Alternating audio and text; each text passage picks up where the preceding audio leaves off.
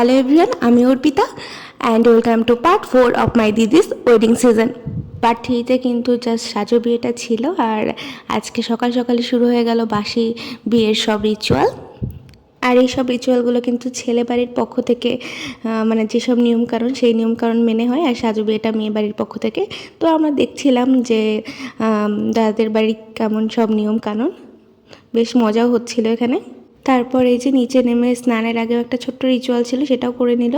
আর তারপর আমরা এখানে একটু কফি টফি খাচ্ছিলাম। তারপর দিদি পার্লারে গিয়েছিল, পার্লার থেকে সেজে গুজে দেখো চলে এসেছে। আর এখানে কিন্তু ফাইনালি বাসি বিয়েটা স্টার্ট হয়ে গেছে। এই যে আমি আর প্রান্ত, বাসি বিয়েটা কিন্তু আমাদের বাড়ির ছাদের উপরেই হচ্ছে, এই জন্য আমরা অনেক ক্যাজুয়াল লুকে বসে আছি। আর এই দেখো দিদি আমার দিকে তাকায় আছে, আরে মন্ত্রগুলো ভালো করে পড়। যাই হোক, এখানে কড়ি খেলা বা এরকম টাইপের কিছু দুধের মধ্যে খুঁজতে হবে, এই টাইপের একটা রিচুয়াল হচ্ছিল। আর এই তো এখানে এখন হোম যজ্ঞ সেটা শুরু হলো। আর এই যে এখানে মিষ্টি একটা বাচ্চা নাচছিল। আর দিদির বাসি বিয়ের দিন অনেক বেশি গরম ছিল, আর এটা তো যেহেতু কমিউনিটি সেন্টারেও নয়, এসিও নাই। আর এই দেখো আমাদের কেয়ারিং পাপা দিদিকে বাতাই দিচ্ছে ফ্যানটা দিয়ে।